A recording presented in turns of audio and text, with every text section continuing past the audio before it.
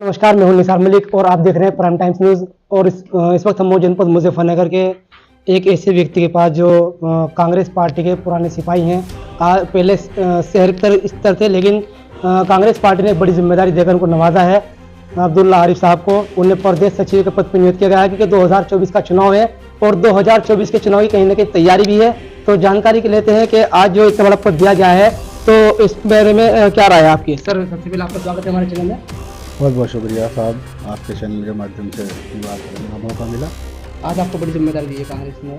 जी देखिए, मैं 2007 से लगातार कांग्रेस के अंदर हूँ। 2006 से मैं NSY का अध्यक्ष रहा, जिले का छात्र सभा का। उसके बाद मैं यूथ कांग्रेस का इलेक्शन लड़ करके 2011 में जिला अध्यक्ष बना यूथ कांग्रेस का। उसके बाद मैं प्रदेश अध्यक्ष का चुनाव लड़ा था यूथ कांग्रेस का 2014 में, जिसमें तीसरा स्थान प्राप्त करके प्रदेश का महासचिव बना था। उसके बाद मुझे शामली का इंचार्ज बनाया गया संगठन में सुधार करने के लिए, पूरे शामली का। तो उसमें हमने न्याय पंचायत स्तर पर काम किया, वहाँ संगठन मजबूत करने का काम किया। उसके बाद फिर मुझे यहाँ पे नगर की जिम्मेदारी दे दी गई 2022 के विधानसभा चुनाव के दौरान। तो उसका निर्वहन करते करते अब इस पड़ाव पर आकर चले गए हैं कि पार्टी ने सोचा कि अब प्रमोटेड करके प्रदेश के अंदर हमसे काम लिया जाए। अब 2024 के लिए क्या तैयारी है? आपको पूरे प्रदेश की जिम्मेदारी मिल गई, तो पूरे प्रदेश में आप किस तरह से काम करना चाहते हो? 2024 का चुनाव नजदीक है और भी पीछे 5 राज्यों में चुनाव है। आपको पता है विधानसभा का 5 राज्यों में चुनाव है, तो क्या लगता है आपको कि 5 राज्यों में कांग्रेस कहाँ तक सक्षम रहेगी? निश्चित रूप से जो माहौल है, जो माहौल चल रहा है देश के अंदर, माहौल रहा नहीं। और 3 तारीख के बाद इस माहौल पर पूर्ण रूप से विराम लग जाएगा। हिंदू मुस्लिम की राजनीति देश नहीं, देश चाहता है रोजगार। जो बेरोजगार हैं वो नौकरी चाहते हैं, महंगाई कम चाहते हैं। जो सिलेंडर बिक रहा था राजस्थान में 500 रुपये का बिक रहा था, आज उत्तर प्रदेश में 1100 रुपये का सिलेंडर है। न कोई चिकित्सा की स्कीम है वहाँ पर, आपका 25 लाख रुपए तक का इलाज है राजस्थान में।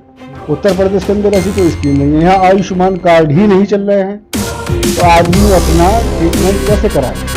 प्रदेश में बहुत फर्क है, प्रदेश की स्कीम में और राज्य सरकारों की स्कीम में बहुत जमीन आसमान का अंतर है। क्योंकि कहीं ना कहीं केंद्र सरकार तो लगातार कह रही है, उत्तर प्रदेश सरकार के किसानों को और गरीब आदमियों को ज़्यादातर फायदा मिल रहा है। गरीबों के मकान बनाए जा रहे हैं, सिलेंडर फ्री दिए गए हैं, राशन फ्री मिल रहा है। तो क्यों इस तरह की, मतलब कहीं ना कहीं आपको लगता है कि सरकारें काम अच्छा नहीं कर रही है? ऐसा क्यों लगता है? देखिए, प्रदेश के अंदर तो ये जोड़ने की बात करते हैं, जब प्रदेश से बाहर जाकर के प्रचार करने का काम करते हैं तो प्रदेश को तोड़ने की बात करते हैं।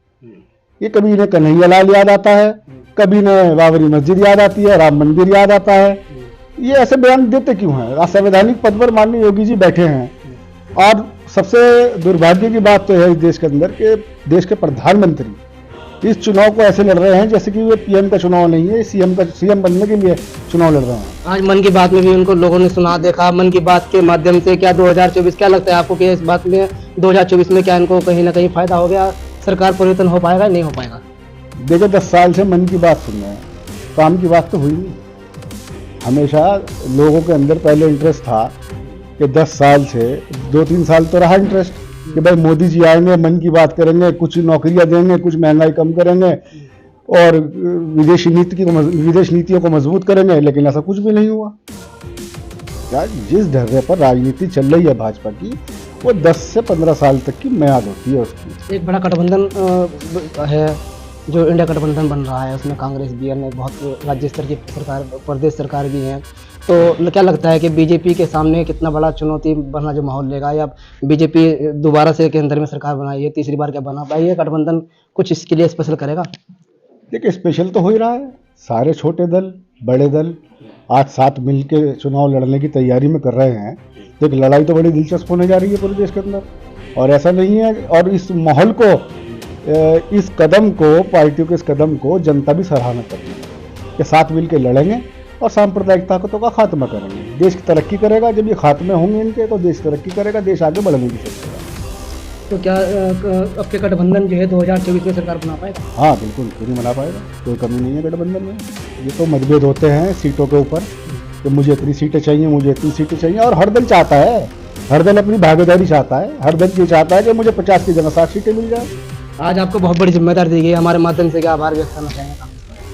देखिए, मैं अपने कांग्रेस के शीर्ष नेतृत्व का, आदरणीय केसी वेणुगोपाल जी का, आदरणीय प्रियंका गांधी जी का, राष्ट्रीय हमारी प्रभारी हैं उत्तर प्रदेश की, आदरणीय प्रदीप नरवाल जी का, और हमारे प्रदेश अध्यक्ष आदरणीय अजय राय जी का मैं बहुत बहुत धन्यवाद देना चाहता हूँ कि उन्होंने मुझे इस काबिल समझा कि मैं कांग्रेस का सिपाही बन करके अन्य जनपदों में जाकर के पार्टी को मजबूत करने का काम करूँ। 10 साल से लगातार सरकार बाहर है, कांग्रेस जो है बाहर के अंदर से बाहर है, क्या लगता है आपकी बार क्या इतना मामला क्यों अतल पतल ला के, जबकि कांग्रेस सबसे बड़ी पार्टी देखिए, कांग्रेस अपनी विचारधारा से समझौता नहीं करती। कांग्रेस अगर 20 साल भी सत्ता से बाहर रहेगी, 30 साल भी सत्ता से बाहर रहेगी, तो हम अपनी विचारधारा से समझौता नहीं देश करते। के नागरिक से, वोटर से क्या अपील करना चाहेंगे आप? मैं तो देश के नागरिक से, वोटर से ये अपील करना चाहूंगा कि जो 70 साल का हमारा इतिहास है, उस इतिहास के नाते ही हमें वोट दें।